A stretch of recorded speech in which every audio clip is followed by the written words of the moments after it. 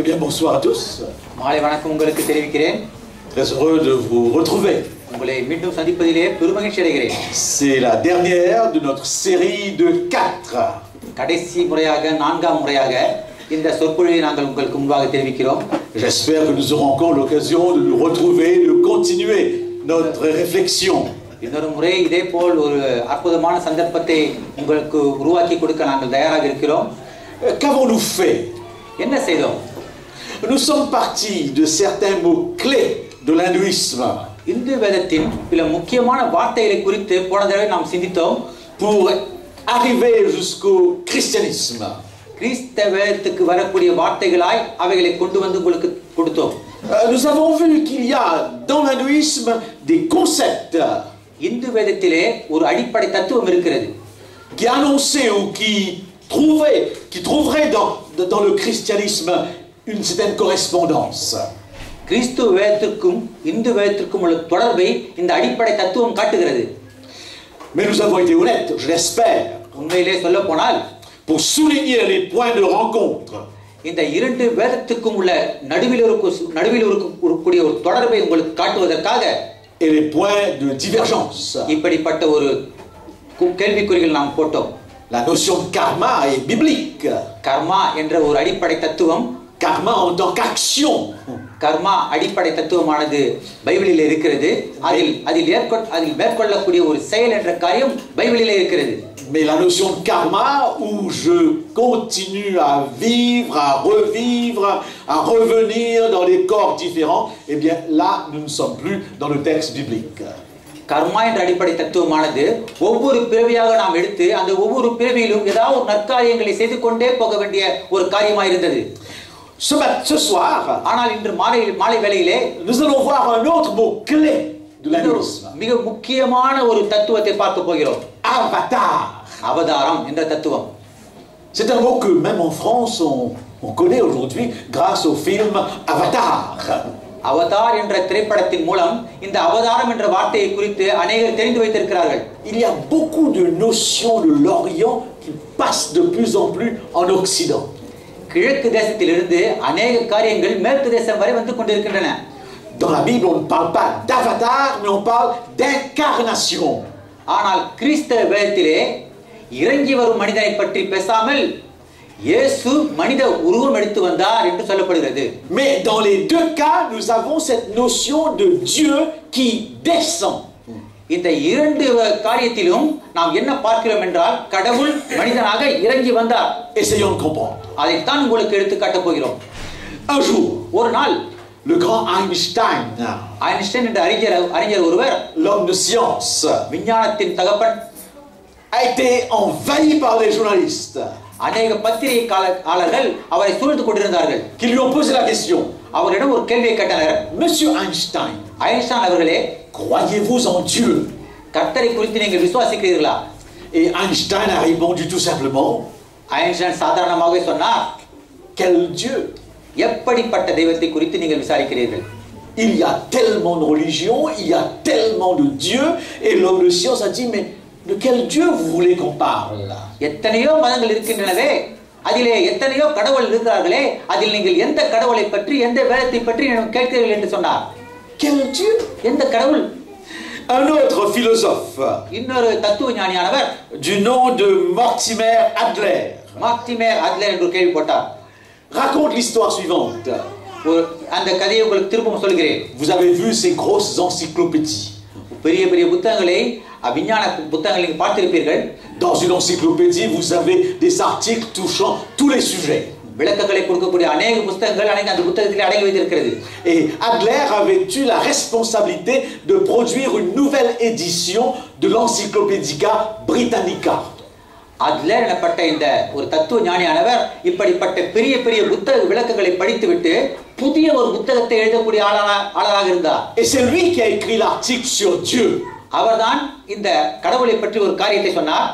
Et alors un lecteur அதை படித்த ஒரு மனிதர் கேட்டார், lui a posé la question. ஒரு கேள்வியை போட்டார். Monsieur Adler, அட்லர் அவர்களே, pourquoi l'article sur Dieu est le plus long? உங்களது நீங்கள் எழுதக்கூடிய காரியமானது ஏன் இவ்வளவு கடவுளை பற்றி நீட்டாக எழுதியிருக்கிறீர்கள் என்று கேட்டார். Alors Adler a répondu. Adler அவர் பிரதியுத்தரமாக சொன்னார், Dieu, கடவுள் c'est la question fondamentale உண்மையிலே முக்கியமான கேள்வி போடக்கூடிய ஆளாக இருக்கிறார். de ma conception de Dieu. என்னுடைய மண்டையில் இருக்கிறது என்னவென்றால், Dépend ma relation avec le monde. கடவுளோடு இருக்கும் தொடர்பும் உலகத்தோடு இருக்கும் தொடர்பை குறித்தாக இருக்கிறது. Ma relation avec les autres. என்னுடைய வாழ்க்கை மற்றவர்களோடு பகிர்ந்து கொள்ளக்கூடிய காரியமாக இருக்கிறது. Ma relation avec moi-même. என்னை குறித்தும் நான் விசாரிக்கக்கூடியதாக இருக்கிறேன். Et même ma relation avec l'univers. அண்ட மகா சராசரங்களை குறித்தும் எனக்கு தொடர்பு இருக்கிறது என்று பார்க்கிறேன். Laissez-moi vous expliquer ce que je veux dire. எனவேதான் உங்களுக்கு ஒரு சில காரியம் சொல்ல ஆசைப்படுகிறேன். Si pour moi, எனக்கு ஒரு நாள் Dieu est Père, கடவுள் தகப்பனாய் இருந்தால், vous êtes tous mes frères et mes sœurs. நீங்கள் அனைவரும் எனக்கு சகோதரர் சகோதரி ஆவீர்கள் அல்லவா? Si je crois que Dieu est mon Père, கடவுள் எனக்கு தகப்பன் என்று நான் விசுவாசிப்பேனே, ஆனால் je crois en même temps que vous êtes tous ses enfants. அதே நிமிடம் நீங்கள் யாவரும் எனக்கு சகோதர சகோதரிகள் ஆவீர்கள் அல்லவா? Et que vous êtes tous mes frères et sœurs. நீங்கள் அனைவரும் எனக்கு சகோதரரும் சகோதரி ஆகிவிட முடியும் அல்லவா? De la conception que vous avez de Dieu dépend votre relation les uns avec les autres, votre relation avec le monde.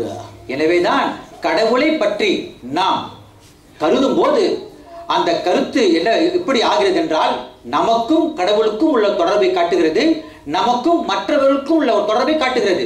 L'image que vous faites de Dieu est déterminante. எனவேதான் கடவுளை பற்றி நீங்கள் சிந்திக்கக்கூடிய காரியம் என்ன எதை காட்டுகிறது என்றால், Laissez-moi vous expliquer. ஒரு காரியத்தை சொல்லி விளக்குகிறேன். Admettons que vous entrez ce soir இந்த சொற்பொழிவை பார்த்து விட்டு நீங்கள் வீட்டுக்கு போகிறீர்கள் என்று வைத்துக் கொள்வோம். et que vous êtes sur la route, போகும் வழியிலே pas trop loin de votre maison, உங்கள் வீட்டுக்கு அருகிலே et tout à coup vous avez l'impression qu'il y a quelqu'un qui vous suit. திடீரென்று நீங்கள் உணர்கிறீர்கள், உங்களை யாரோ பின் தொடர்ந்து வருவதாக உணர்கிறீர்கள் என்று வைத்துக் கொள்வோம். Vous entendez des pas derrière. சில அடிச்சுவடுகளும் நீங்கள் கேட்கிறீர்கள். Vous regardez sur vos épaules et vous voyez qu'il y a quelqu'un qui vient. சற்று திரும்பி பார்க்கும்போது ஒருவர் உங்களை பின் தொடர்ந்து வந்தார் என்று பார்த்துக் கொள்ளுங்கள். Si vous faites dans votre esprit, உங்களது இருதயத்திலே நீங்கள் சிந்தித்தது என்னவென்றால், l'image de quelqu'un qui vous veut du mal. யாரோ உங்களுக்கு ஒரு கெட்ட காரியம் செய்ய உங்களை பின் தொடர்கிறார் என்று உணர்வீர்கள்.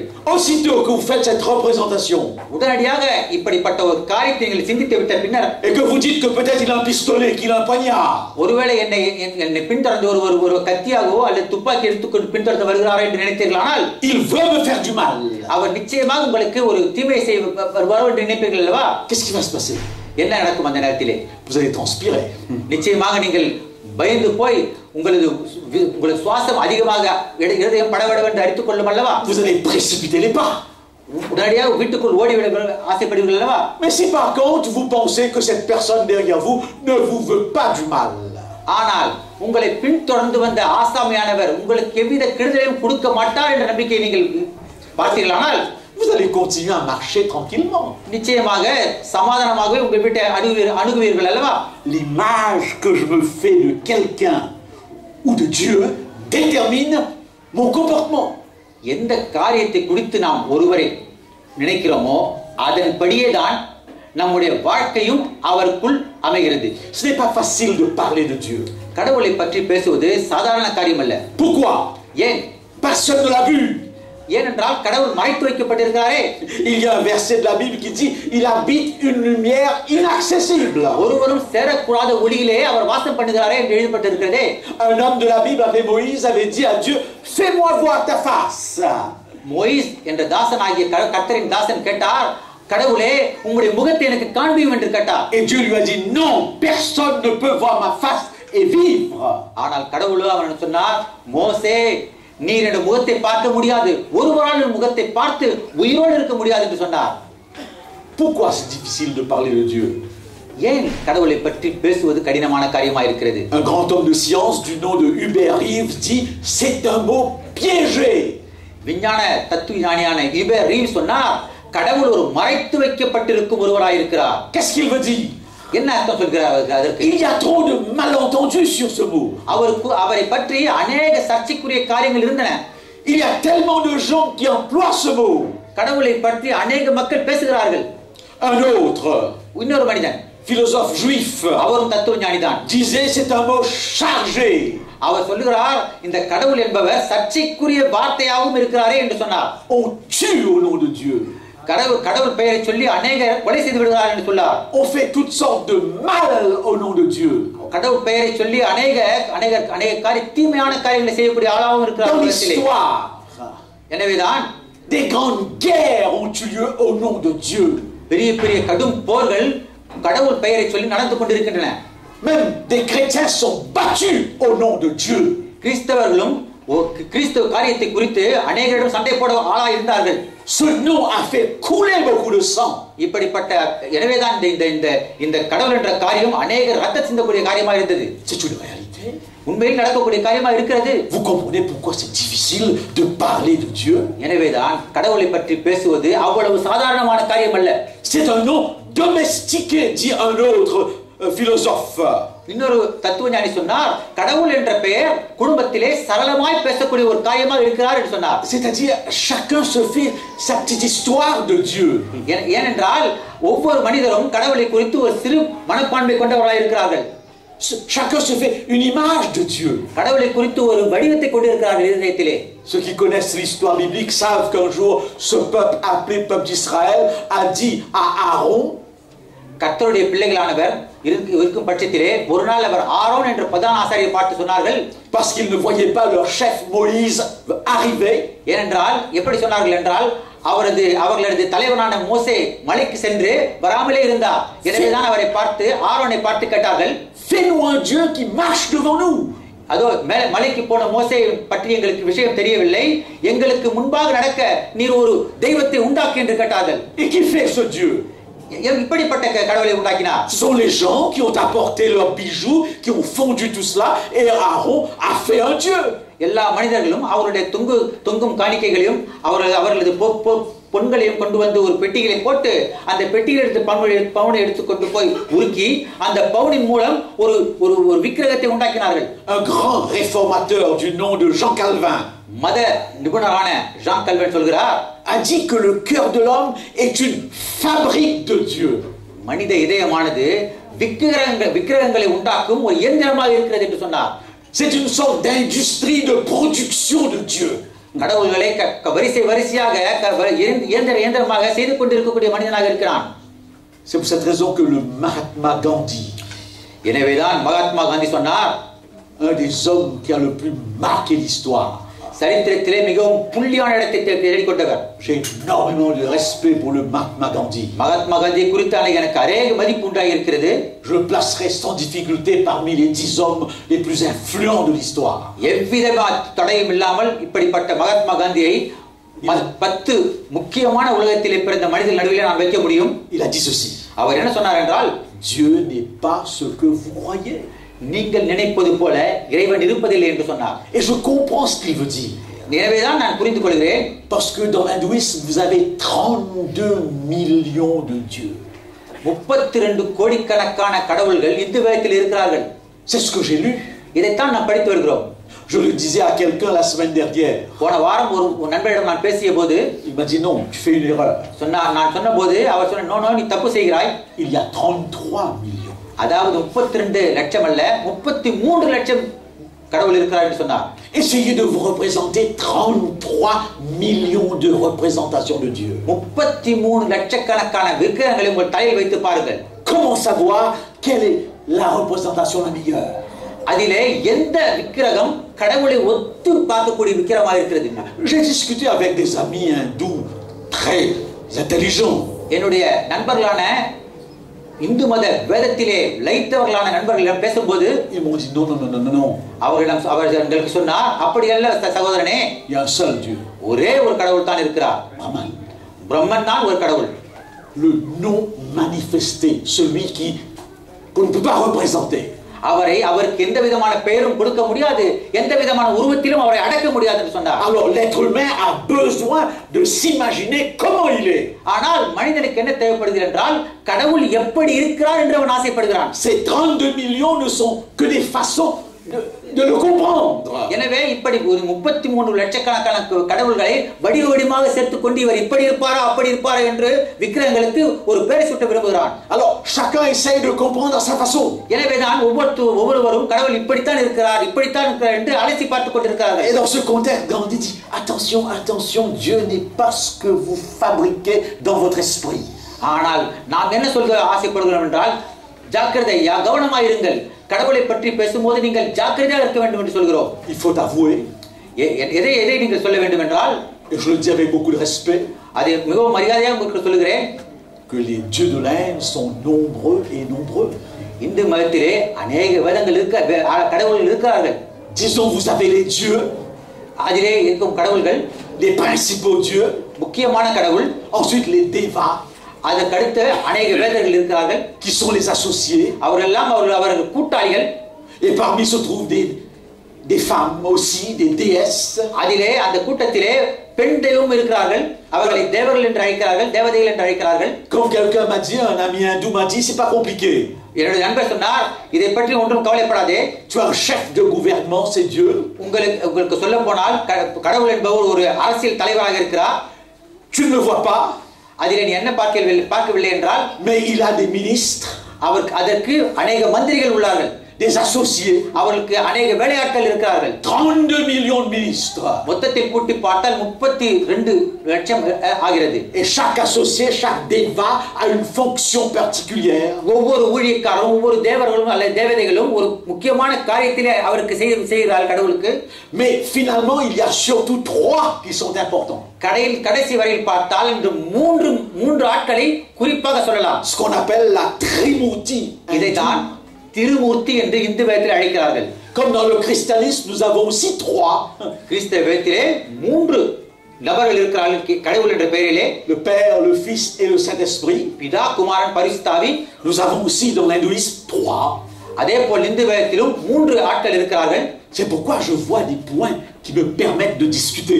எனவேதான் இப்படிப்பட்ட காரியங்களை கொண்டு இந்த ஒரு காரியத்தை உங்களுக்கு திட்டமாய் விவரிக்க காத்திருக்கிறேன். Brahman, Vishnu, Shiva. பிரம்மன், விஷ்ணு, சிவன் என்று சொல்கிறார்கள். Brahman le créateur. பிரம்மன் என்பவர் படைப்பார். Vishnu celui qui est le conservateur, le stabilisateur. Vishnu என்பவர் காத்து நடத்தக்கூடியவராகவும் அதை சர்வலோகத்தையும் ஒற்றுமையாய் வளர்க்கக்கூடியவராகவும் இருக்கிறார். Et Shiva le destructeur.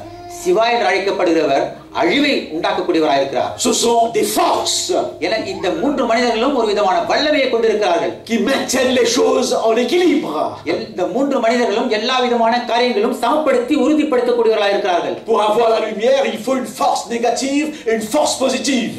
ஒரு வெளிச்சம் வர வேண்டுமானால் நல்ல காரியம் வர வேண்டும், கெட்ட காரியம் வர வேண்டும். De même, ces 3 dieux représentent 3 forces qui ensemble maintiennent l'univers comme il le fait, comme il est. எனவேதான் இந்த 3 தேவர்களும் இப்படிப்பட்ட காரியங்களை கொண்டு இந்த உலகத்தை சர்வலோகத்தை நிறுத்த பார்க்கிறார்கள். Et lorsque l'univers வானத்திலே வான சாஸ்திரங்களில் பார்த்தால் vacille, முக்கியமான ஒரு காரியம் என்ன தென்படுகிறது என்றால் est en dérangement. இந்த பிரபஞ்சமானது ஒரு விதமான கோளாறுகளை உண்டாக்கக்கூடியதாக இருக்கிறது. Alors Vishnu va agir. எனவேதான் விஷ்ணு என்ன செய்கிறார் என்றால் அவதாரம் எடுக்க காத்திருக்கிறார். Qui est Vishnu? யார் இந்த விஷ்ணு? Un Dieu bienveillant, நற்குணசாலியான கடவுள், qui maintient l'harmonie universelle. இவர் சர்வலோகத்தையும் காத்து Dans la Trimurti, திருமூர்த்தியிலே il tient le rôle de conservateur ou stabilisateur. பாதுகாவலராகவும் நிலைப்படுத்துகிறவரும் பொறுப்பாளராகவும் இருக்கிறார். Il est responsable de l'harmonie universelle. எனவேதான் இவர் அண்ட ஆசாரங்களின் மிகவும் பொறுப்பாளர் மனிதனாக இருக்கிறார். Et à ce point, nous touchons les avatars. இப்படிப்பட்ட நிலையை குறித்து பார்க்கும்போதுதான் அவதாரம் என்ன என்று புரிந்து கொள்கிறோம். Lorsque tout à coup le monde est en crise, comme c'est le cas actuellement, உலகத்திலே பலவிதமான கோளாறுகளும் துன்பங்களும் வரும்போது, et que l'immoralité tout à coup domine le monde, தர்மங்கள் என்ற அநீதி எனப்பட்ட தர்மங்களை குலைக்கும் காரியங்கள் வரும்போது Vishnu descend. ஒவ்வொரு தடையும் விஷ்ணு இறங்கி வந்து பார்க்கிறார். Pour mettre de l'ordre. எல்லா விதமான காரியங்களையும் சீர்தூர்த்தி பார்க்கிறார். Je lis dans la Bhagavad Gita. பகவத்கீதையிலே இப்படிப்பட்ட ஒரு காரியத்தை நான் படித்திருக்கிறேன். Je l'ai lu complètement. ஆனால் புராவை நான் படிக்கவில்லை. Et j'ai trouvé des choses extraordinaires. ஆனால் அதிலே பல அற்புதமான காரியங்களை நான் சந்தித்திருக்கிறேன். Des choses que je ne comprends pas, mais des choses que je comprends très bien. சில காரியங்கள் நான் சுலபமாக புரிந்து கொள்கிறேன், சில காரியங்கள் சுலபமாக என்னால் புரிந்து கொள்ள முடியவில்லை. Au chapitre 4 et au verset 7 et 8. 4ஆம் அதிகாரத்திலே 6ஆம் வசனம் 7ஆம் வசனம் என்ன சொல்கிறது என்றால், C'est écrit comme dans la Bible, des chapitres et des versets. பைபிளைப் போலவே அதிகாரங்களும் வசனங்களும் அதிலே உள்ளன. Regardez ce qu'il est dit. பாருங்க, உற்று பாருங்கள் இதில் என்ன எழுதியிருக்கிறது என்று. En effet, chaque fois que l'ordre défaille, ஒவ்வொரு தடவையும் சர்வலோக தர்மங்கள் சீர்குலையும் போது, au baratide et que le désordre s'élève, ஒவ்வொரு தடவையும் இந்த தர்மங்களை அநியாயமாக ஆக்கும்போது, c'est alors que moi je me produis moi-même எனவேதான் அதை சீர்தூக்கி நிலைநாட்ட நான் வருகிறேன். pour la protection des bons et la destruction des méchants, நல்லவனை காத்து கெட்டவனை ஒடுக்கி அவனை நிர்மூலமாக்க வருகிறேன். pour rétablir l'ordre ஒரு மனித உருவில் அதை நிலைநாட்ட வருகிறேன். d'âge en âge. எந்த வயதிலும் வருகிறேன். Je viens à l'existence.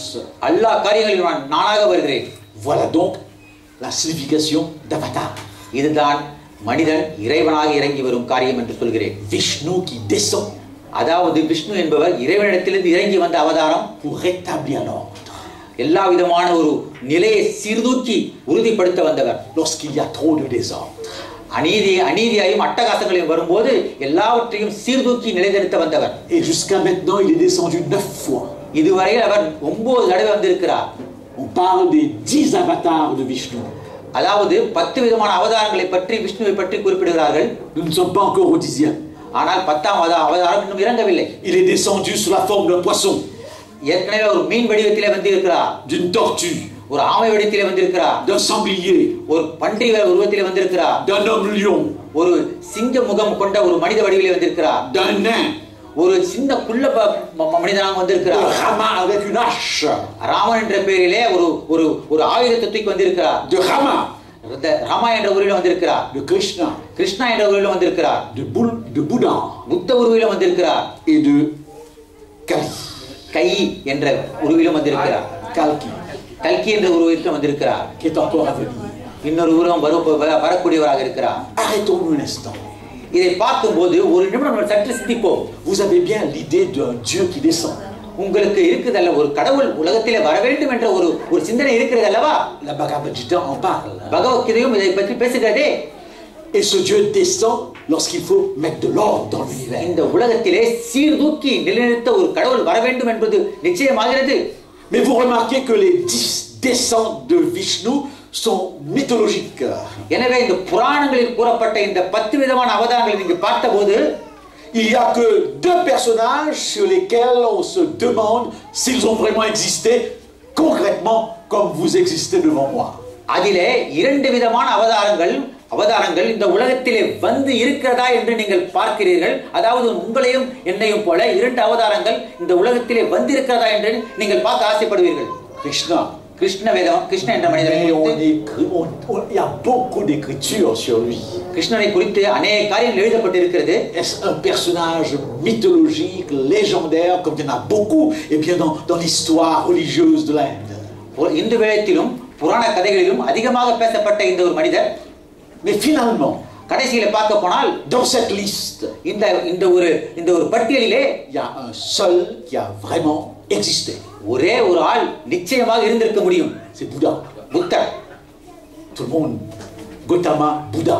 கௌதம புத்தர் என்று அழைக்கப்பட்ட ஆசாமி நிச்சயமாக இந்த வரிசையில் இருந்திருக்க முடியும். Et vous avez aujourd'hui une religion appelée le bouddhisme. புத்த வேதம் என்று அழைக்கப்படும் ஒரு பெரிய வேதம் ஒன்று இந்த உலகத்தில் இருக்கிறது என்று நீங்கள் அறிந்திருக்கிறீர்கள். Qui est sorti de l'Inde. இந்தியாவிலிருந்து தான் அந்த வேதம் வெளிவந்தது. Mais Bouddha a rejeté 99% de toutes les croyances hindoues. 99% Hindu வேதங்களை யாவற்றையும் புத்தர் தள்ளிவிட்டிருந்தார். Il a rejeté l'enseignement des brahmanes. பிரம்மாவின் எல்லா உபதேசங்களும் தள்ளிவிட்டிருந்தார். Il a gardé que karma. ஆனால் கர்மா என்ற ஒரு குறிப்பை மட்டும் ஏற்றுக்கொண்டார். Alors je vous ai dit qu'on va être honnête. எனவேதான் நாம் நம்மை நாமே உண்மையாக கருதுவோமானால், l'idée de l'avatar est une idée que je retrouve dans la Bible, le Dieu qui descend. இந்த அவதாரம் என்ற ஒரு வார்த்தை குறித்து கர்த்தருடைய வேதத்தில் நாம் படிக்கிறோம் அல்லவா? Mais les avatars de Vishnu semblent être mythologiques. அவதாரம் என்று அழைக்கப்பட்ட விஷ்ணு அவதாரம் நமக்கு புராண கதையில் வந்தது போல் இருக்கலாம். Ou c'est gênant அல்லது இந்த இந்த ஒரு அவதாரம் நமக்கு பிடிக்காத அவதாரமாக இருக்கலாம். C'est que le seul qui soit vraiment vrai, qui a existé, ஆனால் இதிலே எந்த அவதாரம் உண்மையாக இருந்திருக்க வேண்டும் என்று நம்புவோமானால் c'est Bouddha. புத்தர் தான் என்று உங்களுக்கு ஏற்கனவே சொல்லியிருக்கிறேன். Et Bouddha n'a jamais parlé de Dieu. On se demande si Bouddha croyait en Dieu. புத்தர் இந்த உலகத்திலே வந்தபோது கடவுளை குறித்து எவ்விதமான ஒரு காரியத்தையும் அவர் பேசவில்லை. ஆனால் நாம் என்ன செய்கிறோம் என்ற புத்தரை குறித்து என்ன பேசுகிறோம் என்றால் அவர் எப்படிப்பட்ட மனிதராக இருந்திருப்பார் என்று பேசுகிறோம். Ici en France, இந்த பிரான்ஸ் நாட்டிலே où le bouddhisme est devenu la 4e religion, இந்த பிரான்ஸ் நாட்டிலே புத்த வேதமானது இந்த 4 வரிசைப்பாட்டிலே 4வது இடமாக வகிக்கிறது. oui, la 4e religion, 4வது இடத்தை வகிக்கிறது இந்த வேதம். eh bien on vous dira clairement எனவேதான் உங்களுக்கு என்ன சொல்கிறோம் என்றால் que le bouddhisme c'est une religion sans Dieu. புத்த வேதமானது கடவுள் இல்லாத வேதமாக இருக்கிறது என்று சொல்கிறோம். Alors on se demande, mais c'est quand même bizarre là. எனவேதான் பார்க்கிறோம் இது என்ன விசித்திரமா இருக்கிறது என்று பார்க்கிறோம். Comment Vishnu s'incarne chez quelqu'un qui ne croit pas en Dieu.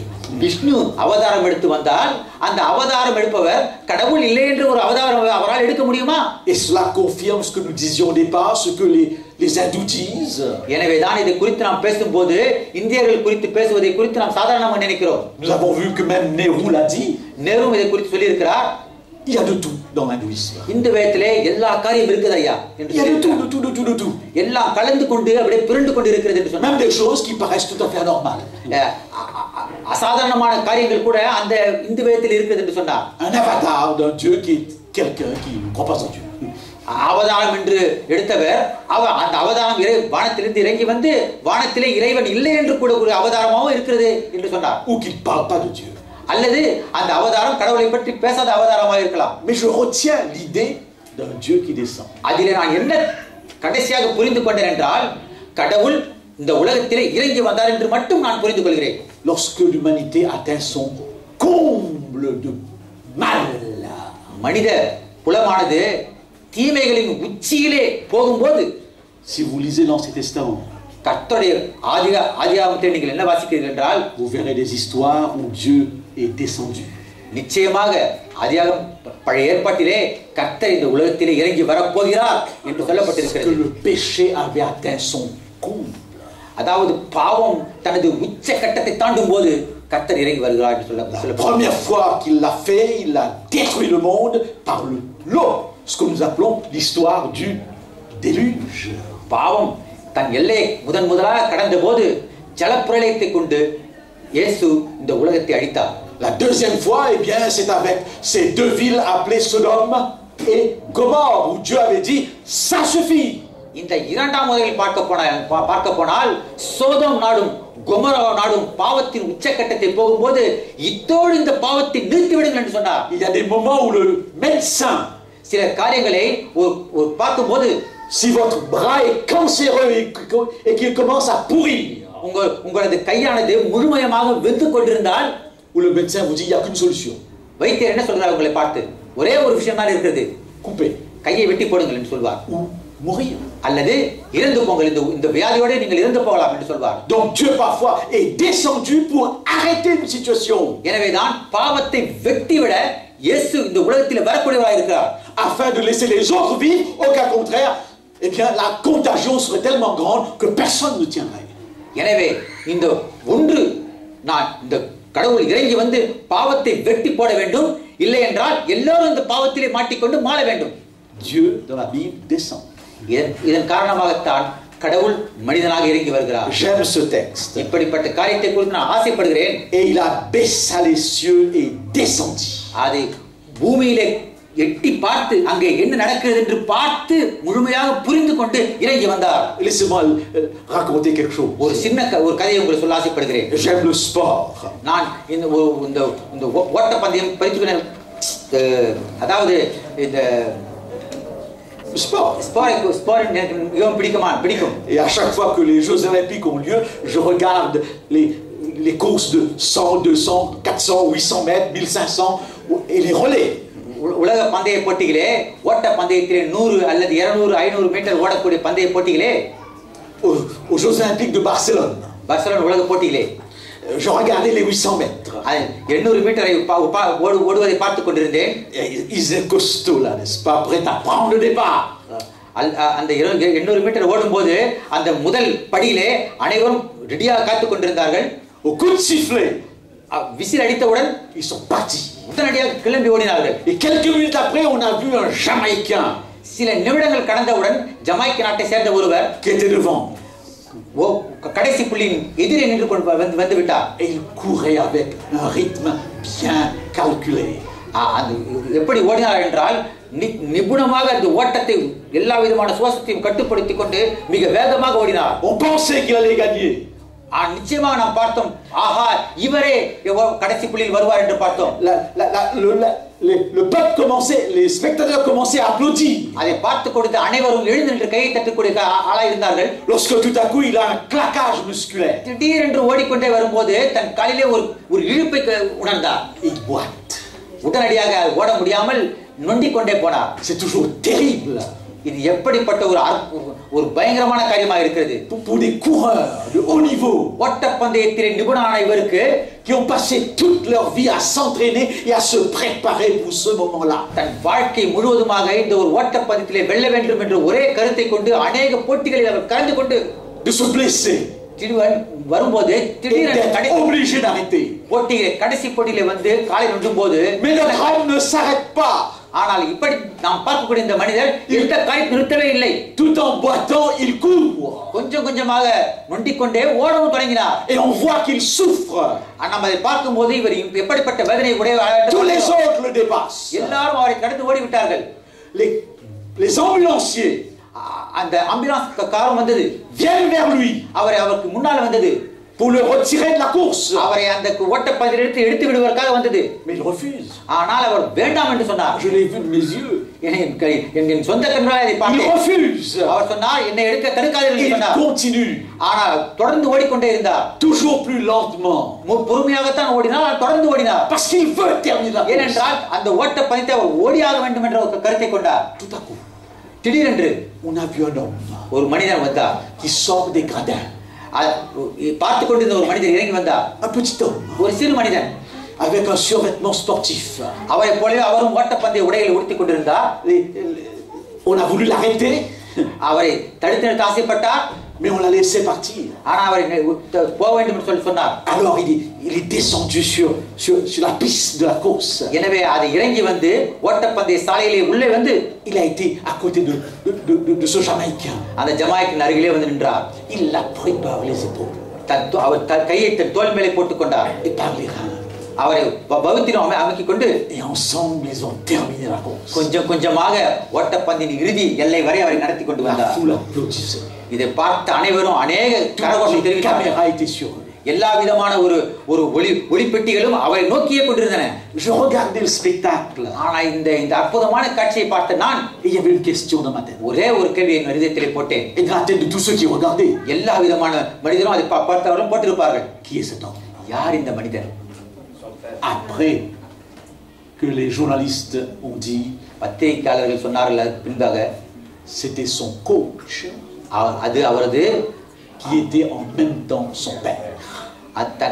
அந்த மனிதர் யார் என்றால், அந்த ஓட்டப்பந்தயத்திலே ஜமாய்க்கின் சொந்த தகப்பனும் அந்த ஓட்டப்பந்தயத்தை எப்படி நடத்த வேண்டும் அவருக்கு சொல்லிக் கொடுத்த ஒரு காரிய ஆளாயிருந்தார். Voilà. இப்படிப்பட்ட காரியத்தினால் தான், voilà ce que Dieu fait. இதைத்தான் கடவுளும் நமக்கு செய்ய ஆசைப்படுகிறார். sur la piste de votre vie. நம்முடைய வாழ்க்கை என்ற ஓட்டப்பந்தய பாதையிலே, dans votre situation de blessure, நம்முடைய ஒருவேளை அந்த ஓட்டப்பந்தயத்திலே நாம் அடிபட்டு விடுவோமானால், le Dieu de la Bible descend. கர்த்தருடைய ஆள் நம் பக்கத்திலே வந்து நம் தோலை நம் தோளின் மேல் நமக்கு அவர் கையை போட்டு, et il prend நம்மை அவர் எடுத்துக்கொண்டு par les épaules. தோள் மேலே கையை போட்டுக் கொண்டு போகக்கூடிய ஆளா இருக்கிறார். கடைசி வரை நம்மோடு நடந்து வரக்கூடியவராக இருக்கிறார் கடவுள். C'est la première indication de l'incarnation. இதுதான் உலகத்திலே கர்த்தர் இறங்கி வந்தார் என்று சொல்லக்கூடிய காரணத்தின் முதல் பகுதி. Pourquoi? ஏன்?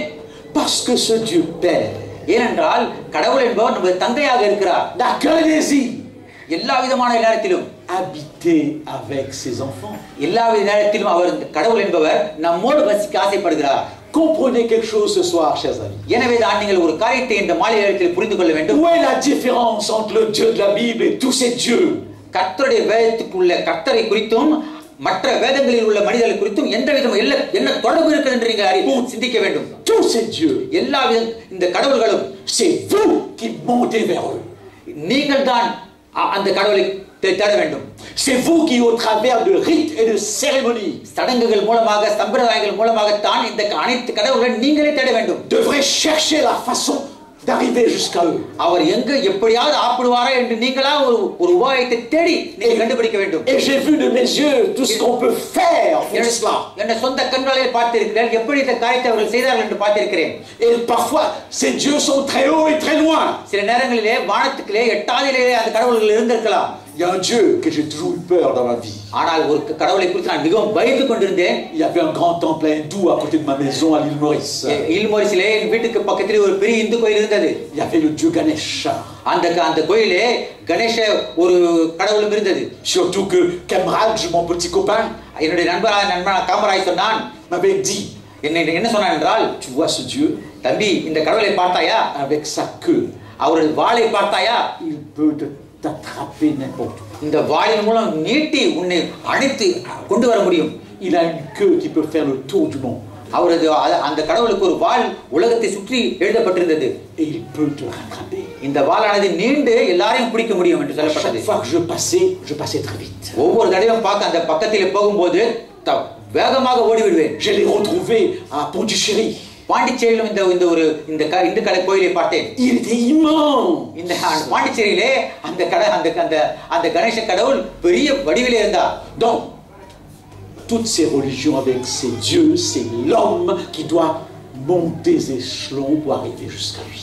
இந்து வேதமானது என்ன சொல்கிறது என்றால் எல்லா மனிதர்களும் ஏறி இந்த கடவுளை பிடித்துக் கொள்ள வேண்டும் என்ற ஒரு மனப்பாங்கை கொடுக்கிறது. Ça c'est une première grosse différence. இதுதான் ஒரு பெரிய வித்தியாசம். கிறிஸ்தவ மதத்துக்கும் உள்ள பெரிய வித்தியாசம் இதுதான். Car le Dieu de la Bible descend jusqu'à vous. கர்த்தருடைய வேதத்திலே சொல்லப்பட்ட இறங்கி வந்த இயேசு கிறிஸ்து நம்மை தேடி வந்தார். Lorsqu'il va constituer un peuple qui va s'appeler Israël, அவர் இஸ்ரவேல் என்ற ஒரு சமுதாயத்தை உருவாக்கின போது il va leur dire, vous me ferez un sanctuaire. Pourquoi? J'habiterai où? Au milieu de vous. நீங்கள் எனக்காக ஒரு ஆசரிப்பு கூடாரத்தை வாசம் பண்ண உருவாக்கினீர்களானால் நான் அந்த ஆசரிப்பு கூடாரத்திலே வந்து உங்களோடு வாசம் பண்ண பிரியமாயிருக்கிறேன் என்று சொன்னார். Je suis grand-père. நான் இப்பொழுது தாத்தாவாக இருக்கிறேன். J'ai 2 petits enfants. எனக்கு 2 பேரப்பிள்ளைகள் இருக்கிறார்கள். Un fils et une fille. ஒரு மகனும் ஒரு பேரனும் ஒரு பேத்தியும் இருக்கிறார்கள். Si vous me demandez mais quelle serait votre plus grande joie, நீங்கள் என்னை குறித்து உனக்கு என்ன பிடிக்கும் என்று விசாரிப்பீர்களானால் je vous répondrai comme tous les grands-pères et les grands-mères là qui sont là. எல்லா தாத்தாக்களை போல் நான் என்ன சொல்வேன் என்றால் habiter avec. அவர்களோடு சேர்ந்து வசிப்பதற்கு தான் எனக்கு பிரியமான காரியம் என்று உங்களிடம் சொல்லுவேன். Ou alors tout près. அவர்களோடு பக்கத்திலே இருந்து விளையாட ஆசைப்படுவேன். Mais la vie est telle que nous sommes tous partis de nos pays et nos parents sont tous loin. ஆனால் வாழ்க்கையின் பிரச்சனை என்னவென்றால் எல்லாரையும் பிரித்து ஒவ்வொரு மூலையிலே இந்த உலகத்திலே பல மூலையிலும் பல இடத்தில் நம்ம வைத்திருக்கிறது. Certains de temps en temps comme mon ami va partir de nouveau en Pondichéry ou en Inde pour revoir les parents. என்னை போலவே என் பக்கத்தில் இருக்கக்கூடிய நண்பரும் ஒருவேளை புதுவைக்கு சென்று அங்கே அவரது குடும்பத்தை பார்க்க ஆசையாக இருக்கலாம். Mais un Dieu d'amour.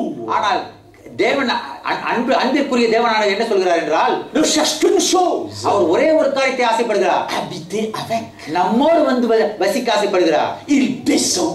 இறங்கி வருகிறார். Et il dit je veux habiter le plus proche de toi. நான் உங்கள் மத்தியிலே உங்கள் அருகிலே இருக்க வாசம் பண்ண பிரியமாய் இருக்கிறேன் என்று சொல்கிறார். Il va même dire je veux habiter au fond de ton cœur. C'est là où ce serait le plus proche. அப்படிப்பட்ட தேவன் என்ன சொல்கிறார் என்றால் உன் மத்தியிலே மட்டுமல்ல உன் இருதயத்தின் மத்தியிலும் வந்து ஆசைப்படுகிறேன் என்று சொல்கிறார் இந்த கடவுள். Il y a une autre histoire qui m'impressionne. இன்னொரு கதையும் என்னை பிரமிக்க வைக்கும் சில நேரங்களிலே. Vous connaissez cette histoire. அந்த கதை உங்களுக்கு நிச்சயமாக தெரிந்திருக்கும். மோசே arrive au pied de la montagne de Sinaï. Sinai மலை அடிவாரத்திலே வந்து விட்டார். Tout à coup, il voit un buisson. திடீரென்று பார்த்தார் அந்த மலை அடிவாரத்திலே ஒரு முட்செடியானதை பார்த்தார். Qui brille. அந்த முட்செடியானது பற்றி எரிந்தது. Qui est presque allumé. அதை அந்த அக்கினி ஜுவாலையானது அந்த அந்த அந்த அந்த முட்புதரை சுற்றி எரிந்து கொண்டிருந்தது. Il est ardent. அந்த அந்த அக்கினி ஜுவாலை மிகவும் Et alors que Moïse s'approche, எனவே இந்த அக்கினி ஜுவாலை பார்க்க மோசே கிட்டே வரும்போது il entend pour la première fois une voix. முதன் முறையாக அந்த அக்கினி ஜுவாலை மத்தியிலே இருந்து அவரது பெயரை சொல்லி கூப்பிடுவதை உணர்ந்தார். Et il a compris que c'est la voix de Dieu. எனவேதான் அது கடவுள் தான் கடவுளாய் இருக்க முடியும் என்று நம்பினார். Il lui dit ôte tes chaussures. அந்த இடத்திலே கடவுள் சொன்னார் உன்னுடைய பாதரட்சைகளை கழற்றி போடு என்று சொன்னார். Car ce lieu est une terre sainte. எந்த இடத்தில் இருக்கிறாயோ அந்த இடமானது பரிசுத்தமான இடமாக இருக்கிறது என்று சொன்னார். Ah, j'ai fait cet extraordinaire à Pondichéry. புதுவையிலே இப்படிப்பட்ட ஒரு அதிசயமான காரியத்தை நான் பார்த்தேன். À chaque fois que j'entrais dans un temple, j'enlevais mes chaussures. ஒவ்வொரு தடவையும் கர்த்தருடைய ஆலயத்திலே உள்ளே நுழையும் போது எனது பாதரட்சைகளை நான் கழற்றி போட்டு தான் உள்ளே போவேன். Et pour la première fois de ma vie à Pondichéry, j'ai prêché nu-pied. முதன் முறையாக பாண்டிச்சேரியில் நான் பிரசங்கம் பண்ணும்போது கால் திறந்து எவ்விதமான சிறுப்பும் இல்லாமல் எவ்விதமான ஒரு கால் சரையாவும் இல்லாமல் Comme signe de respect. ஏனென்றால் அந்த நிற்கக்கூடிய இடம் பரிசுத்தமான இடம் என்று ஒரு மரியாதை. Ce que je vais vous dire est très simple. இதன் மூலம் ஒரு காரியத்தை உங்களுக்கு சொல்ல ஆசைப்படுகிறேன். Moïse voit un buisson. மோசே இந்த முச்செடியை பார்க்கும்போது என்னவென்றால் Qui parmi vous met des buissons dans sa maison comme décoration? உங்கள் மத்தியிலே ஒரு ஆள் தன் வீட்டிலே ஒரு முட்புதரை படம் எடுத்துக் கொண்டு வைத்திருப்பது? Non, vous mettez des fleurs. ஒரு அழகான ஒரு மலரை கொண்டு போய் உங்க வீட்டிலே வைக்கலாம். Mais vous mettez pas des buissons. ஒரு முச்செடியை கொண்டு போய் உங்க வீட்டிலே வைப்பீர்களா? Par rapport à une fleur, un buisson est quelque chose de très simple. முச்செடிக்கும் இந்த அழகான பூவுக்கும் அற்புதமான உறவு இருக்குது அல்லவா? Retenez bien cela. எனவேதான் ஒரு காரியத்தை நீங்கள் புரிந்து கொள்ள வேண்டும். Un buisson, ஒரு முச்செடி au travers duquel அந்த முச்செடி நடுவிலே il y a une lumière அந்த முச்செடி நடுவிலே ஒளி பிரகாசம் பண்ணது.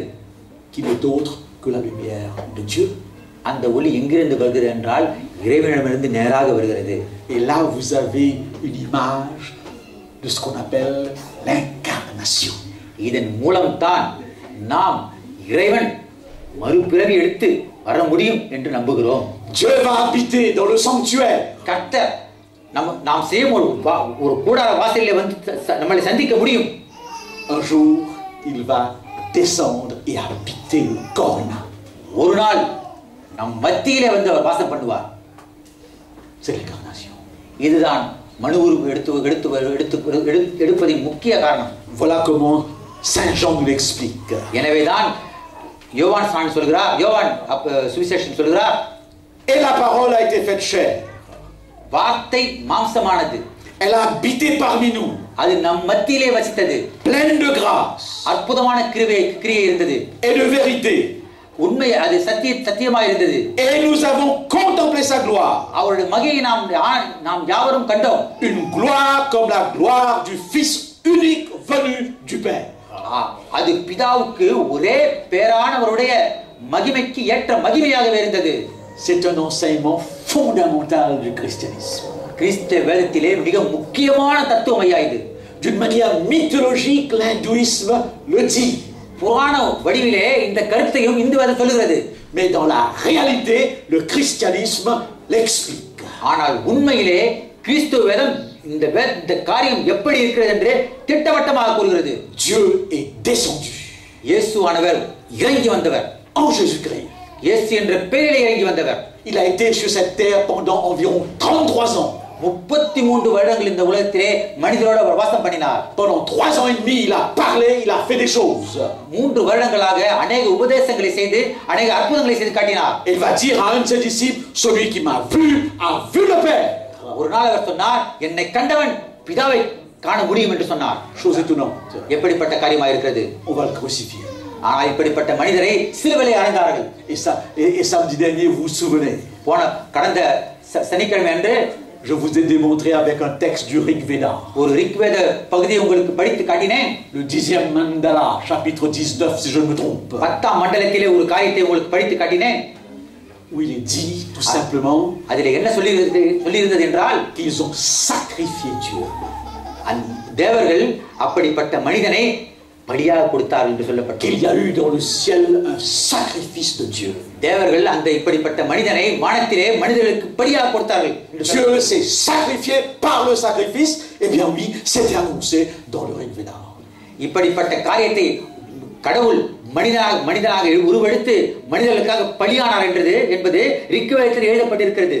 C'est pour cette raison que nous n'avons pas besoin de nouvelles représentations. எனவேதான் இப்படிப்பட்ட ஒரு புது காரியம் நமக்கு தேவைப்பட வேண்டிய அவசியம் இல்லை. Dieu s'est révélé இயேசு அதை பற்றி சொல்லியிருக்காரே. en Jésus-Christ. இயேசு கிறிஸ்து அவராக அவர் தன்னை பற்றி சொல்லியிருக்கிறார். Pourquoi l'incarnation? ஏன் இயேசு மனிதராக வந்தார்? Écoutez, c'est très simple. சாதாரணமாக புரிந்து கொள்ள ஒரு காரியமாக இருக்குது. Essayez de comprendre que tous ceux qui croient en Dieu voudraient voir qui est Dieu. ஏனென்றால் ஒவ்வொரு மனிதனும் கடவுளை தொழ ஆரம்பிக்கும் போது கடவுள் யார் என்று எப்படி இருக்கிறார் என்று பார்க்க ஆசைப்படுவான் அல்லவா? Si vous avez un enfant quelque part, eh bien, je suis sûr que cet enfant voudrait vous voir. உங்களுக்கு ஒரு பிள்ளை இருந்தால் அந்த பிள்ளை உங்களை நேரில் வந்து பார்க்க ஆசைப்படுவார் அல்லவா? L'être humain a une soif de Dieu. மனிதனாக இருந்தவன் கடவுள் யார் என்று தெரிந்து கொள்ள ஆசைப்படுகிறான். Et il se fait des représentations de Dieu. அதற்காகத்தான் அவன் அநேக உருவங்களை செய்து கொண்டு வைத்துக் கொண்டிருக்கிறான். C'est pourquoi Gandhi nous met en garde en disant attention, attention avec vos représentations. Il se peut que ce ne soit pas correct. எனவேதான் மகாத்மா காந்தி சொல்கிறார், இறைவனுக்கென்று ஒரு உருவத்தை நீங்கள் உண்டாக்க வேண்டிய அவசியம் இல்லை என்று சொல்கிறார். 4 raisons de l'incarnation. 4 விதமான காரியங்கள் அவதாரம் எடுப்பதற்கு முக்கிய காரியத்தை காட்டுகிறது. Première raison. முதல் காரியம் என்னவென்றால் révéler qui est Dieu. ஒவ்வொரு மனிதனுக்கும் கடவுள் யார் என்று தெரிந்து கொள்ள வேண்டியதாக இருக்கிறான். Parce qu'il y a 4 besoins chez l'homme. ஏனென்றால் 4 முக்கியமான அத்தியாவசியமான காரணங்கள் இருக்கிறது. Il y a chez les hommes un besoin de Dieu. ஒவ்வொரு மனிதனுக்கும் கடவுள் தேவைப்படுகிறார். Un grand philosophe a dit que si l'homme n'adore pas Dieu, il va s'adorer lui-même. அதாவது ஒரு பெரிய தத்துவஞானி சொல்கிறார், மனிதன் கடவுளை தொழுவதில்லை, தன்னைத்தானே தொழுது கொள்கிறான் என்று சொல்லியிருக்கிறார். Nous sommes dans un pays laïque. நாம் வசிக்கக்கூடிய இடமானது கடவுள் நம்பாத ஒரு இடமாக இருக்கிறது. Vous avez tous entendu ce mot laïque. எல்லாரும் உங்களுக்கு தெரிந்திருக்கும் இந்த நாடு கடவுளை நம்பாத ஒரு நாடாக இருக்கிறது தெரிந்திருக்கும். Un pays où on ne parle pas de Dieu. இந்த நாட்டிலே கடவுளை பற்றி அதிகம் பேசுவதில்லை. C'est rare à la télévision qu'on parle de Dieu. தொலைக்காட்சியிலே மிகவும் அபூர்வமாக ஒரு காரியமாக இருக்கும் இது. Je ne pourrais jamais aller faire une conférence sur Dieu ni à France 1 ni à France 2 dans aucune émission de France. இப்படிப்பட்ட ஒரு மத போதனையை நான் தொலைக்காட்சியிலே எந்தவித காரணத்தை கொண்டும் செய்து காட்ட முடியாது. Nous avons quelques émissions le dimanche matin seulement pour toute la semaine. ஞாயிற்றுக்கிழமை வாரத்திலே ஒரு நாள் மட்டும் சில முக்கியமான நிகழ்ச்சிகள் கடவுளை கூட்டி நிகழ்ச்சிகள் காலையில் நடக்கிறது. Mais cette société dite laïque. ஆனால் இந்த கடவுளை நம்ப மாட்டேன் என்று சொல்லக்கூடிய இந்த சமுதாயம் என்ன செய்கிறது என்றால் rempli d'autres dieux. அநேக தெய்வங்களை தனக்குள் உண்டாக்கி கொண்டிருக்கிறது. Le Dieu de l'argent est là. கடவுள் காசு என்ற கடவுளையும் இந்த உலகம் நம்புகிறது. Vous suivez les actualités. அநேக அரசியல் காரியங்களை பார்க்கும்போது et vous avez vu comment des hommes à la tête du gouvernement à cause de l'argent mentent et mentent et mentent. எப்படிப்பட்ட ஒரு மந்திரி சபையிலும் இந்த காசை குறித்து பேசும்போது அநேக பொய்களை சொல்லிக்கொண்டு பல மந்திரிகள் சுற்றி கொண்டிருக்கிறார்கள் என்று பார்த்திருப்பீர்கள். Nous sommes dans des pays dits de consommation où l'argent est roi. ஏனென்றால் நாம் வசிக்கக்கூடிய இந்த உலகம் எப்படிப்பட்ட உலகம் என்றால் காசு இருந்தால் தான் எல்லா காரியம் நடக்கக்கூடிய உலகமாக இருக்கிறது. D'ailleurs, on considère tous ceux qui ont beaucoup d'argent comme des dieux. எனவே காசு அநேக பணக்காரனை பார்த்து என்ன சொல்கிறார் என்றால் பணக்காரனுக்கு ஒரு பெரிய கடவுள் என்று இந்த உலகம் நம்புகிறது. Quand vous allez dans un kiosque à journaux, நீங்கள் ஒரு கடையில் புத்தக கடையில் சென்று ஒரு பத்திரிகைகள் வாங்குவீர்களானால் vous avez beaucoup de journaux. அந்த புத்தக கடையில் அநேக புத்தகங்கள் இருக்கலாம் qui nous racontent les histoires des acteurs et des actrices. அநேக அந்த புத்தக கடையிலே இருக்கக்கூடிய புத்தகங்கள் நடிகர்களை பற்றி பேசிக்கொள்ளக்கூடிய புத்தகங்களாக இருக்கலாம். Ce sont les journaux qui se vendent le plus. இப்படிப்பட்ட புத்தகங்கள் தான் அநேகருக்கு விற்பனையாகிக் கொண்டிருக்கின்றன. On a besoin de savoir. ஆனால் நமக்கு நான் என்ன தேடுகிறோம் என்றால் que fait son Dieu. எப்படிப்பட்ட மனிதர்களை அவர்கள் எப்படிப்பட்ட உடையை நடிகர்கள் உடுத்துகிறார்கள். de Dieu. இப்படிப்பட்ட நடிகர்கள் தான் பெரிய கடவுளாக மாறுகிறார்கள். Les jeunes qui regardent le basketball. இந்த வாலிப பிள்ளைகள் சுற்றுப்பந்தாட்டத்தை ஆடும்போது connaissent bien Tony Parker. நிச்சயமாக டோனி பார்க்கர் யார் என்று தெரிந்திருக்கும். Tu le connais? உங்களுக்கு தெரியுமல்லவா? Et bien voilà, Tony Parker se marie il y a quelques années de cela. Tony Parker சில நாட்களுக்கு முன்பு தான் திருமணம் செய்து கொண்டார். Depuis 4 heures du matin. 4 மணி அளவிலே il y a des gens sur la route. அந்த வீட்டை சுற்றிலும் அநேக வந்திருந்தார்கள். pour voir passer Tony Parker. ஒருவேளை டோனி பார்க்கர் வெளியே வரும்போது அவரை பார்க்க ஆசைப்பட்டார்கள். Ils se sont levés à 4 heures du matin pour le voir. விடியற்காலை 4 மணிக்கு எழுந்து வந்து அவர் வீட்டு வாசலில் நின்றார்கள். Pas de chance. ஆனால் அவரை பார்க்க முடியவில்லை. Toutes les voitures avaient des vitres brillantes. அவர் போன எல்லா விதமான கார்களும் எல்லா கதவுகளும் மூடப்பட்டிருந்தன. On n'a rien vu. யாரும் எதையும் பார்க்க முடியாத அளவுக்கு Rien. ஒன்றும் பார்க்க முடியவில்லை. Et j'ai lu dans le journal எனவேதான் பத்திரிகையில் நான் படித்தேன், une jeune fille qui a dit ceci. ஒரு வாலிபமான பெண் எழுதியிருந்தால், Si seulement j'avais pu le voir pendant quelques secondes. ஒரு சில நிமிடங்களில் நான் துணிப்பாக்கை பார்ப்பேனே, ஆனால் Si seulement j'avais pu le toucher. அவரை ஒரு சிறு கையவால் தொடுவேன், ஆனால் Mais c'est quoi cela? என்ன காரியமையா இது? L'idolâtrie. இதுதான் ஐயா விக்கிரக ஆராதனை. On prend des hommes et des femmes pour des dieux. மனுஷர்களை கடவுளாக மதித்துக் கொண்டு அவர்களை கடவுளை போய் பாதிப்பது. Vous mourrez de faim. நீங்கள் பசியாக கிடந்தவர் கடப்பினால், Mais eux touchent 100 millions d'euros par an. அவர்கள் கோடி கோடியான பணத்தை தங்களுக்கு ஒரு ஊதியமாக தொடுகிறார்கள். Parce que ce sont les dieux du stade. ஏனென்றால் ஒரு விளையாட்டு பந்தய மைதானத்திலே அவர்கள் பெரிய கடவுளை போல காட்சி அளிக்கிறார்கள். Ce sont les dieux du petit écran ou du grand écran. அவர்களை குறித்து பெரிய பெரிய அளவிலே புகைப்படம் எடுத்து அதை திரைக்காட்சியிலே காட்டுகிறார்கள். À Hollywood et à Bollywood, vous en avez beaucoup. ஹாலிவுட்டிலும் பாலிவுட்டிலும் இவர்களை பற்றி அதிகமாக பேசப்படுகிறது. Si l'homme n'adore pas Dieu, ஒரு மனிதனை வணங்காவிட்டால், il adore les autres hommes et font des autres hommes des dieux. ஒரு மனிதன் கடவுளை வணங்காவிட்டால் நிச்சயமாக ஏதாவது ஒரு மனிதன் அவன் வணங்கி தீர வேண்டும். Parce qu'il y a chez l'homme un besoin de Dieu. ஏனென்றால் ஒவ்வொரு மனிதனுக்கும் ஒரு கடவுள் தேவைப்படுகிறார். Il y a un besoin d'adorer. எல்லா மனிதர்களும் தொழுகை என்பது அவர்களுக்கு அத்தியாவசியமான காரியமாக இருக்கிறது. Nous avons pris l'exemple très simple. சாதாரணமான நிலைகளிலே இப்படிப்பட்ட காரியத்தை நாம் பார்க்க முடியும். Il y a un besoin d'un Dieu qui soit visible. அதாவது காட்சிக்கு எட்டிய கடவுளை தான் மனிதன் கடவுள் என்று அழைக்கப்படுகிறான். Un Dieu qu'on peut voir. இப்படிப்பட்ட மனிதன் கடவுளை நேரிலே பார்க்க ஆசைப்படுகிறான். J'ai pas besoin de vous convaincre là-dessus. இதை பற்றி உங்களுக்கு அதிக பேர் சொல்ல வேண்டியதில்லை. J'ai vu au Sri Lanka des dieux partout. ஸ்ரீலங்காவில் நான் போனபோது अनेक கடவுள்களை பார்த்தேன். Les 3 grandes religions qui s'y trouvent ont des dieux dans tous les coins de rue. மூன்று விதமான மதங்களும் அந்த நாட்டிலே ஒரு பெரிய காரியங்களை காட்டிக்கொண்டு எல்லா விதமான பேனர்களும் வைக்கப்பட்டிருந்தது. Parce que l'homme a besoin de voir. ஏனென்றால் மனிதனானவன் கடவுளை நேரிலே பார்க்க ஆசைப்படுகிறான். Et finalement, il a même besoin d'un Dieu qui lui ressemble. ஏனென்றால் பார்க்கிறேன் என்றால் அந்த கடவுள் மனிதனுக்கு மனித சாயலுக்கு ஒத்து இருக்க வேண்டும் என்று நினைத்துதான் பார்க்கிறான். Job est un personnage biblique. யோபு என்ற பெரிய மனிதர் வேத புத்தகத்தில் காணப்படுகிறார். Et Job va dire, யோபு என்ன சொல்வார் என்றால், dans sa souffrance, il va parler. தன்னுடைய பெரிய கஷ்டத்தின் மத்தியிலே என்ன சொன்னார் என்றால், vous avez remarqué qu'à chaque fois qu'on souffre, on se demande mais où est Dieu? நாம் अनेक கஷ்டங்களிலும் துன்பத்திலும் மாட்டிக்கொள்ளும் போது நிச்சயமாக கடவுள் எங்கே இருக்கிறார் என்ற கேள்வி போடக்கூடியவர்களாக இருக்கிறோம். Et Job souffre énormément. இதை போலவே யோபு ஒரு நாள் தன் துயரத்தின் அடியிலே மத்தியே Et quand vous souffrez, vous avez besoin de quelqu'un qui peut vous toucher. ஒரு நிச்சயமாக இந்த கஷ்ட நாட்களிலே யாராவது ஒருவர் நம்மை தொடுவார் என்று எதிர்பார்ப்போம் அல்லவா? Qui peut vous consoler. நிச்சயமாக நம்மளை ஆறுதல் கொடுக்கக்கூடிய ஆளை தேடுவோம் அல்லவா? Qui peut rester à côté de vous. நம் மத்தியிலே வந்து நம்மோடு இருந்து இந்த கஷ்டம் தீரும் வரை அவர் நம்மோடு இருப்பார் என்று ஆசைப்படுவோம் அல்லவா? Et dans un de ces chapitres, Job dit, எனவேதான் முக்கியமான ஒரு அதிகாரத்திலே யோபு சொல்லுகிறார், à Dieu, கடவுளை பார்த்து சொல்லுகிறார், as-tu des yeux? உனக்கு கண் இருக்கிறதா? As-tu une bouche? உனக்கு ஒரு நாக்கு இருக்கிறதா? As-tu des oreilles? உனக்கு ஒரு செவிகள் இருக்கிறதா? C'est l'homme qui veut s'assurer que Dieu le voit. ஏனென்றால் இந்த துயரத்திலே கஷ்டத்தை படும்போது அந்த மனிதன் கடவுள் இருக்கிறாரா என்று தெரிந்து கொள்ள ஆசையாக இருக்கிறான். Que Dieu l'entend. நிச்சயமாக அந்த கடவுள் அவனது கஷ்டத்தை கேட்க வேண்டும் என்று ஆசைப்படுகிறான். Que Dieu peut le toucher.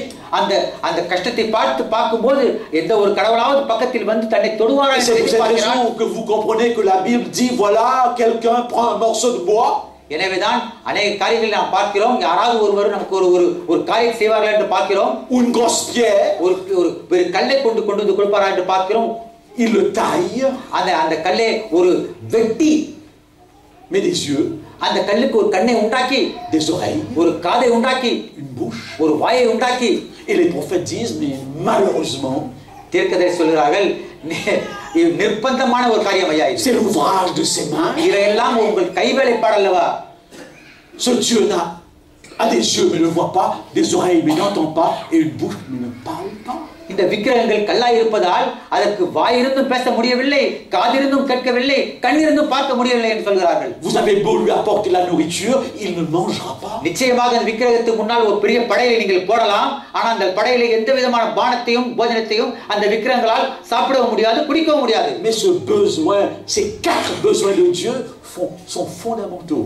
எனவேதான் இந்த மனிதன் கடவுள் என்பவர் மனித சாயலுக்கு ஒத்துப்பட்டிருக்க வேண்டும் என்று ஆசைப்படுகிறான். Alors Jésus எனவேதான் இயேசு donne satisfaction à ces 4 besoins. எல்லா விதமான இந்த 4 அத்தியாவசியமான தேவையை இயேசு நமக்கு பூர்த்தி செய்தார். Celui qui m'a vu a vu le Père. இயேசு சொன்னார், என்னை கண்டவன் பிதாவை கண்டவனாய் இருக்கிறான் என்று சொன்னார். Lorsque Thomas, celui qui a été en Inde en 52, அப்போஸ்தலனாகிய தோமா 52ஆம் ஆண்டிலே இந்தியாவுக்கு வரும்போது சொன்னார், l'a compris. அவர் அதை பார்த்து புரிந்து கொண்டார். Il l'a adoré. அவர் என்ன செய்தார் என்றால் இயேசுவை காட்டி இவர்தான் நீங்கள் ஆசாரிக்க கூட கடவுள் என்று சொன்னார். En disant, mon Seigneur et mon Dieu. இந்த இயேசுவானவர் எனது நாயகராகவும் எனது சொந்த இரட்சகராகவும் இருக்கிறார் என்று சொன்னார். Pendant plus de 3 ans et demi, ce Dieu était visible. 3.5 வருஷம் அளவும் அந்த அப்படிப்பட்ட இயேசு கடவுளானவர் தமது பிள்ளைகளின் மத்தியிலே வாசம் பண்ணார். Et c'est un Dieu avec lequel on peut communiquer. அந்த அப்படிப்பட்ட இயேசுவோடு நாம் பேச முடிந்தது.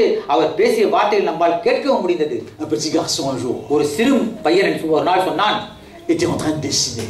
ஒரு வரைபடத்தை வரைந்து கொண்டிருந்தான். Et son professeur est arrivé. அப்படி வரைந்து கொண்டிருக்கும் போது அவனது வாத்தியார் வந்து Il lui a posé la question.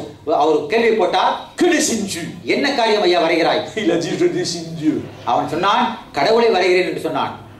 Le professeur lui a dit, உபாத்தியார் சொன்னார், comment tu peux dessiner Dieu? கடவுளை எப்படி நீ வரைய முடியும் என்று கேட்டார். Personne n'a vu Dieu. யாரும் கடவுளை பார்த்ததில்லை என்று சொன்னார். Mais l'enfant a répondu, ஆனால் குழந்தை சொன்னான், si personne ne l'a vu, après mon dessin, on le verra. ஒருவரும் இதுவரை கடவுளை பார்க்காவிட்டால் நான் வரையும் படத்திலிருந்து கடவுளை பார்க்க முடியும் என்று சொன்னான். En Jésus-Christ, j'ai vu Dieu. இயேசுவின் மூலம் பிதா யார் என்று நான் பார்த்தேன். Jésus est le dessin de Dieu. இயேசுவானவர் தான் பிதாவின் சித்திரம். Plus besoin de représentation. எப்படிப்பட்ட வேறு ஒரு விதமான விக்கிரகம் நமக்கு தேவையில்லை. Lisez l'Évangile et vous verrez qui est Dieu. சுவிசேஷத்தை நீங்கள் கலிகூர்ந்து கவனமாய் படிப்பீர்களானால் கடவுள் யார் என்று நீங்கள் புரிந்து கொள்வீர்கள். Père proche des hommes et qui cherche toujours le bien de l'homme.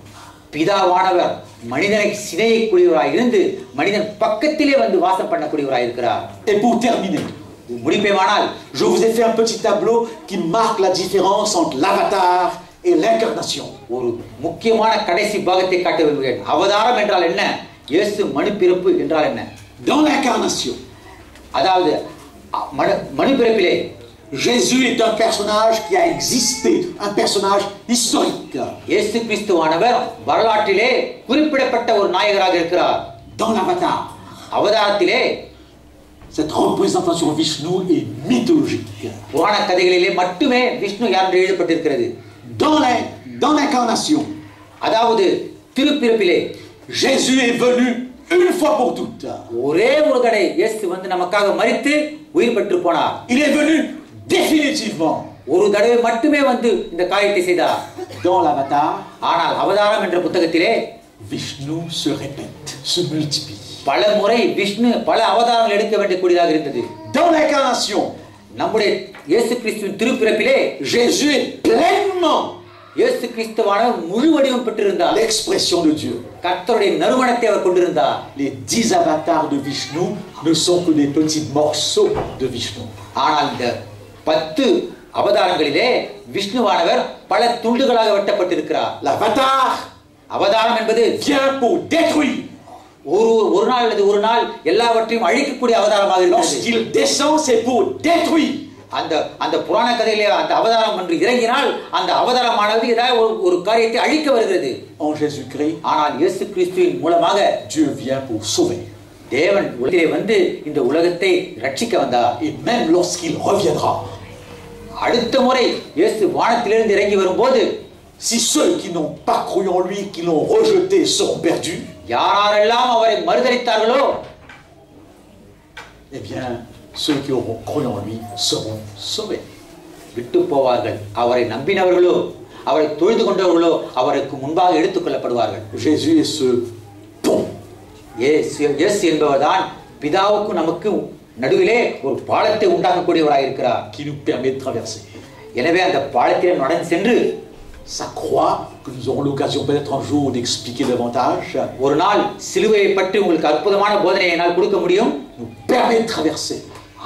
அந்த உபதேசத்தின் மூலமாக அந்த பாலத்திலே எப்படி நடந்து போக வேண்டும் Vaincre notre karma. நம்முடைய எல்லா விதமான பாவத்தையும் எப்படி வெல்ல முடியும் De என்று ne plus être emprisonné par le karma. ஏனென்றால் நாம் அனைத்து மக்களும் இந்த பாவத்திலே மாட்டிக்கொண்டு உழன்று போகிறார்கள். D'être libéré maintenant dans ce corps. இந்த பாவத்தை விட்டு இந்த பிறவியை நாம் எப்படியாவது வெளிப்படுவோம் என்று ஆசைப்படுகிறோம். Pour toujours. நிச்சயமாக வெளிப்பட ஆசைப்படுகிறோம். Que Dieu nous bénisse. நிச்சயமாக கர்த்தர் நம்மை ஆசீர்வதிப்பார். Et vous, si vous sentez le besoin உங்கள் எல்லா தேவைகளும் கர்த்தர் பூர்த்தி செய்வார். de mieux comprendre ces choses, காரியங்களை பற்றி நீங்கள் புரிந்து கொள்வீர்களானால், de mieux connaître ce Jésus, கர்த்தருடைய கர்த்தரை பற்றி நீங்கள் அதிகமாக தெரிந்து கொள்ள வேண்டும், n'hésitez pas. நிச்சயமாக எங்களை வந்து பாருங்கள். Il y a des personnes qui seraient prêtes à vous accompagner. அநேக இங்கே இருக்கக்கூடிய பெரிய மூப்பர்கள் கர்த்தர் யார் என்று உங்களுக்கு விளக்கி சொல்ல முடியும். De vous expliquer. உங்களுக்கு நிச்சயமாக அதிக வேத பாடங்களை கொடுக்க முடியும். Que Dieu vous bénisse. நிச்சயமாக கர்த்தர் உங்களை ஆசீர்வதிப்பாராக. C'était agréable de passer ces 4 périodes de conférence avec vous. என்னை பொறுத்தவரை இந்த 4 கான்ஃபரன்ஸ்களை செய்யும் போது எனக்கு மிகுந்த மகிழ்ச்சியாக உங்களை சந்திப்பதில் மிகுந்த மகிழ்ச்சியாக இருந்தது. Et je souhaiterais avoir l'occasion encore de le faire parce que நிச்சயமாக இன்னொரு முறை உங்களை சந்திக்க ஆசைப்படுகிறேன். il y a beaucoup de choses que je découvre dans les livres sacrés de l'Inde me permettant d'arriver jusqu'à Jésus. அநேக காரியங்களை இந்த வேதத்தில் நான் பார்த்து கர்த்தரிடம் போய் செல்லக்கூடிய ஒரு பாதையை நான் அறிந்து கொண்டேன். இதை பற்றி நிச்சயமாக உங்களுக்கு அடுத்த முறை பேச ஆசைப்படுகிறேன். கர்த்தர் தாமே ஆசீர்வதிப்பாராக.